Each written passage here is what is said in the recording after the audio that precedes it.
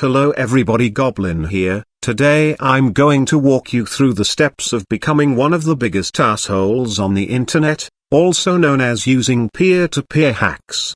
We'll do this through a slight introduction, followed through with some prerequisites, mainly all the software you'll need. Then I'll walk you through installing the software, pretty simple stuff, then the long part, configuring everything into an efficient lean client. Then we will spend a hot minute on IP block lists, which is a very important topic to explore. Finishing up, we will take a look at the client working on a live swarm, as well discuss some of its weaknesses. Now I've been writing about this for over a decade. This time, instead of a wall of text, I thought you would prefer a video tutorial. So here is a couple screenshots of the client working. 150 MBs down and more, although all that speed doesn't really matter.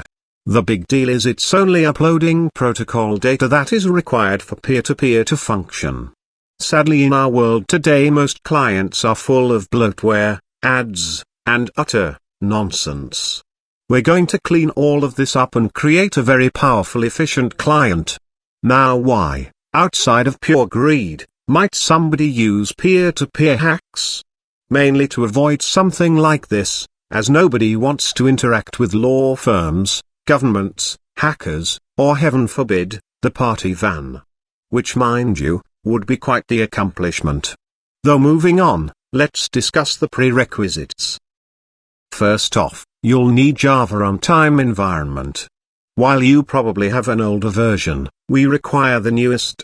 Afterwards we'll need the Vuze client, followed by the actual modifications, then we will download an IP filter updater. The final requirements, a little patience and hopefully, a little focus. So here we will start with Java runtime environment. Let us head over to Google and type that in. As you can see from oracle.com, there are multiple versions. Always download the newest copy. If you are watching this video post-launch by some length of time, then what is displayed will no longer be accurate. You will also want to make sure that you're downloading the appropriate x86 or x64 platform as well.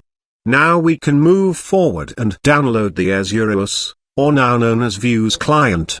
Once again we utilize Google and search for Vuze. Make sure you download Vuze and not the Leap client. Now while this is a web installer, you can get an offline version elsewhere, but I wanted to show you the direct, from source method. Now that we have our peer-to-peer client, we still need the modifications. We return to Google, then search for small bandwidth innovation. Here we find a wonderful community for peer-to-peer exploitation, with copious amounts of information. As you can see, the top release, or Vuze Extreme Mod, is the one we require today. Now this is developed by Digital DJ and Ghostfucker. Though as you can see in the credits, the community has helped as well. It has an extensive list of exploits, and today we will barely scratch the surface by setting it up for generalized mass exploitation. You can download the required kit at the bottom of the release post. Now we move on to the IP filter updater, which is, surprise, as simple as typing that into Google. Though we are going to include GitHub on the end as well. Here we can see David Moore's website. He maintains a very simple program to download different IP lists, and then convert them into compatible DAT files. It can be downloaded from the bottom of the front page. Now all that is left is acquiring a degree of patience and hopefully a hint of focus as well. To sum up, we've just downloaded the Java runtime environment, the Vuze client, the Vuze modifications, an IP filter updater, plus we're now calmly paying attention. For installation, let us start by going down our previous list. Here we have our downloaded files. Right-click on the Java, and run it as admin, then we click Next. Don't be surprised if it finds an older version on your machine. As you can see, this station I'm on today is actually outdated. It will uninstall these to keep a clean environment, and afterwards, we're good to go. Next we shall install the official Vuze client, using their terrible online installer. You should probably pay attention during this process, and not just rapidly click through the prompts. To start, click the Customized button, then click I agree. Next select the tabbed Old UI, and checkmark Clear Old Configuration as well. We do this just as a precaution for the following sections. As we click Next we find more stuff we truly do not want, or need. Uncheck all of the items, before moving forward. Now look at this, here it's attempting to install, nonsense. Oh, look, another amazing offer. This time it is trying to give us malware, to protect us from other malware. Now as this finishes, the client will launch.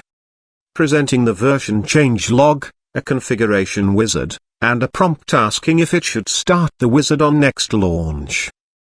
Notice as I pull up the system tray and right-click on the Vuze icon, then exit, instead of using the top right X, as that will continue to run the process in the background. Now we can move on to the client modifications themselves, or hacks, as the youths like to say. Here we extract the compressed file to its own folder, then we select all files, and issue a cut command. Then we navigate to the client's installation folder, generally a path like program files, /Vuze, and paste the modified files there, which will then override the originals. Finishing that up, leaves only the IP filter updater. Here we'll open this simple but awesome tool that will make your life much easier, not to mention much safer. First I'll go ahead and pull it over a bit so you at home can see it, and then we'll click the Advanced button. As you can see, this brings up more options, primarily different block list providers. To show you both, we'll grab the one from my block list first. While not the fastest servers, the files are pretty small.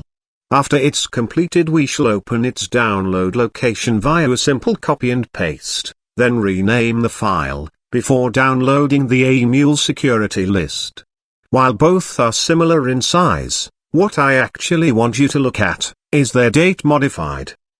One is from 2014, and the other is from last month. We will discuss this more in depth later on. So delete the old file, close the software, and issue a cut command on the remaining file. Here we'll return to the Vuze installation folder and paste it. This time there's no files to override, just a simple relocation. Finished with our install, we can rename the shortcut to SBI Vuze to mark its altered state. We can also delete the downloaded files from before as we no longer require them. Now remember the patience, and focus. Here in the real girth of the guide, configuring everything, you're really going to need to pay attention. Feel free to pause the video at any time. So first we shall go to Tools, then Options. Here you can see the Extreme mod already working, but we actually need to go to the Mode section, and turn on Advanced User Proficiency. This opens all the settings up for us to work with, then we return to the Extreme mod section. Here we officially become the biggest dicks of the net, via enabling no upload mode. Next, going down the page, we're going to click a number of these options. Notably, we'll change the stop after box from 0 to 0.1. We're never going to send completion flags, and the tracker update times will be divided by 19. Now why not 20? Simply because 20 gets automatically detected in some places while 19 seems to sneak by just fine. Now we'll scroll down and turn on the fake reporting system that lies to the tracker. Here we clarify that we don't want to cheat if there's nobody to actually fake data to. We also want to make sure we don't fake uploaded files bigger than the originals. At the same time, the client exchange download data we have to project will get manipulated by 23%. Now we enable Speed Mode++, our particular cheating system of choice. A very simple setup, not even using the majority of the options it presents. Here we shall spoof a 25 to 30 Mbps connection, as in combination with the rest of the modifications it's enough to severely exploit a swarm without raising too much attention. For low security trackers, this can often be enough to max out even fiber if the swarm can handle the bandwidth of such a pipeline to begin with. Though if you dabble in decent private trackers with active administrative staff, then a warning, these will get you insta-banned. Now we can move on to startup and shutdown, where we are going to change the client's heap and direct memory access. To ensure solid client performance, in the boxes below you can enter either 2048 megabytes or simply type in 2 gigabytes. From here we go to the connection section, where we randomize our listening ports on startup, and to the right you can change the range if you happen to have network restrictions. Now we shall expand the section so we can go to the advanced network settings, where we change how the connections being established are handled. Here the max simultaneous outstanding attempts is put to 100, while the outstanding outbound connections are changed to 1000. These settings will follow through as we continue. Now we select transportation encryption, where we turn on only exchanging data that's been encrypted with RC4. We also enable the crypto port extension to help avoid conflicts. You can also go into the DNS section and make sure you are utilizing public servers like Google's. While minor, you can also click pairing, where you will disable the Vuze remote. Afterwards we will click into the transfer section. Here we unclick the automated connection management, so we can change the upload slots per torrent to 3, the maximum connections per torrent to 100, and our global max to 1000. These align with the previous settings, as you've probably noticed. Before we leave this part, we'll checkmark masking download completion, disconnecting seeds from masked but completed downloads, and prioritizing files via completion percentages. Now we expand the section so we can get to auto speed. Here we change it from automatically managing our bandwidth limits to simply opening the floodgates for unlimited access. This is done by putting in zeros and changing the drop-downs to fixed. We move on to the file section next. For disk management purposes we checkmark allocating and zeroing new files on creation. We also tell it to save 2000 peers locally, and to delete the partial side files that get downloaded thanks to being next to targeted ones, if you did not opt for downloading the entire torrent. Really just keeping a tidy house is all this does. Once again we expand the section and click into performance options. Here we enable friendly hash checking, supersize the cache to 64 megabytes, increase the maximum number of open files to 75, and change our read and write queued requests to match the amount of bandwidth we're looking to consume. Make sure this is aligned with what you actually have available, or less than, but not more. Here you can see a 150 MBs connection. Now we enter the interface section, where we click minimize to system tray and show stats on hover. However, we will uncheck send anonymous views data. Expanding once again we go into the display section, where we disable viewing our share ratio. As we're never actually uploading, there is no reason to stare at a bright red circle. We will also enable showing separate data and protocol statistics so you can see the modifications actually working. Scrolling down, we also need to disable the internal browser system. Moving along, we click into the IP filter section, where we change this band address amount to 3, then we click the blue folder to select our filter.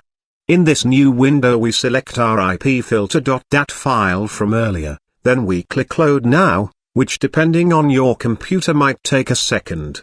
Then before we leave, we come up to the data ratio box, and change that to a 3 as well, to help prevent falling victim to people doing what we happen to be doing ourselves, lulz. Heading into the plugin section, we are going to disable a bunch of stuff. Just follow along with the unchecking as we strip the client down from all this extraneous fluff. If you happen to actually want to use one of these, then by all means help yourself. Afterwards we go into the tracker section, then expand it to the client subsection. Here we uncheck sending Java version and OS name, as well excluding LAN data, Then at the bottom we change the connection timeouts to 30 seconds. If somebody cannot get back to us in that amount of time, then they are not on a fast enough connection for our current location.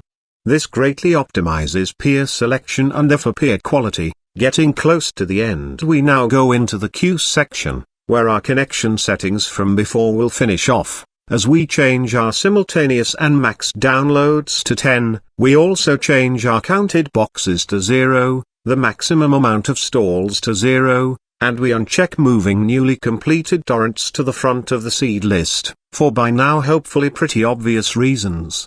Next we double expand the current section to seeding, then again to auto starting, where we select none.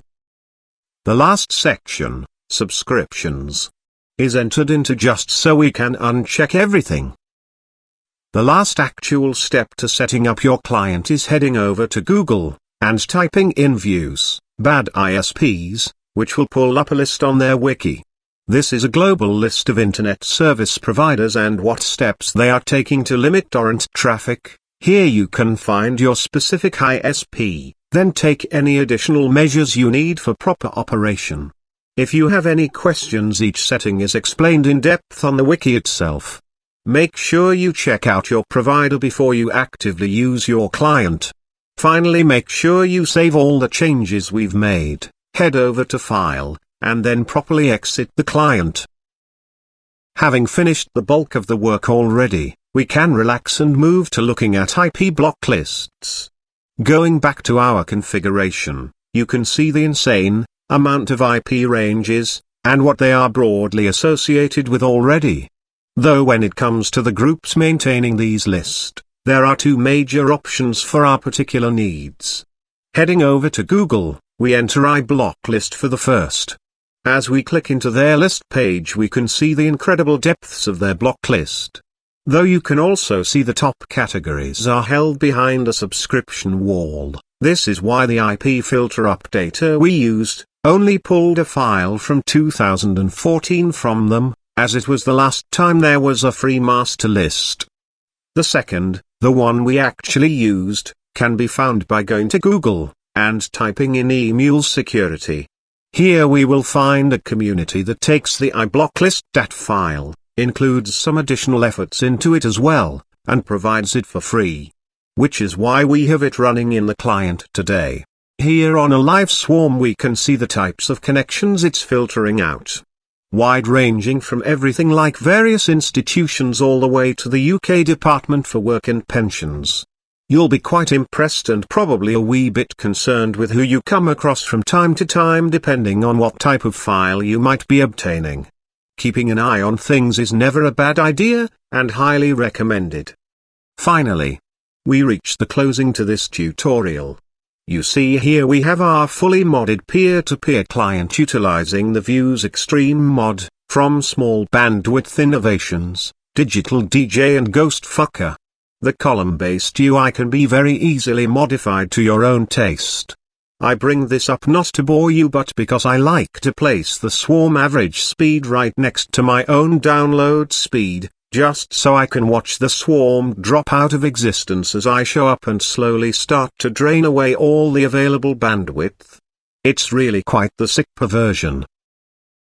Anyways, here you can see a completely legitimate 17.74 GB torrent, and watch the client start to work as it first approaches the swarm.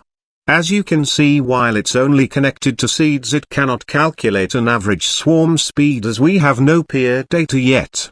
Though as we start to connect with other peers we can see it take off. We can also see there is no data being uploaded from our client but the encrypted protocol required to obtain files from other people. To make this easier to see, let me switch to the statistics tab. Here we can clearly see the amount being downloaded, the protocol data required for that, and the amount being uploaded, 0, and the amount of protocol it's using to manipulate the background communication with the tracker and other people's clients. For an example of what a good public tracker is at the time of this video, we head over to Google and type in Kickass torrents. Here we can find a server status page including the current legitimate URL. Simply click that, and surprise, you have a place where you can cheat freely, without concern of the ban hammer. Though if we head back to Google, and type in tracker flowchart v3, you can get a look at the wonderful world of private trackers. Now cheating on the majority of these is possible, but not with how the client is currently configured. Furthermore, I'd recommend sharpening your social engineering skills if you dive into exploiting their communities. If you do your homework beforehand, can bypass their security checks, and have a talent for randomly dropping into knowledgeable conversations about networking, then I've often found by sitting in their IRC channels, and actively engaging the staff, one could successfully bluff a considerable pipeline, even among top-tier trackers. I'm even currently in a race for top uploader with a couple fiber users for nothing more than the lulz of it. It started out simply cheating on the tracker, but I soon noticed rewards on their forums for serious commitments of bandwidth. After that it just grew into a race for first place. To keep it interesting, I adjust my spoofs to let them take the crown occasionally. Overall, the whole situation is just ridiculous, and I get a decent giggle out of it daily. Anyways, thank you for watching, and please, seed your torrents.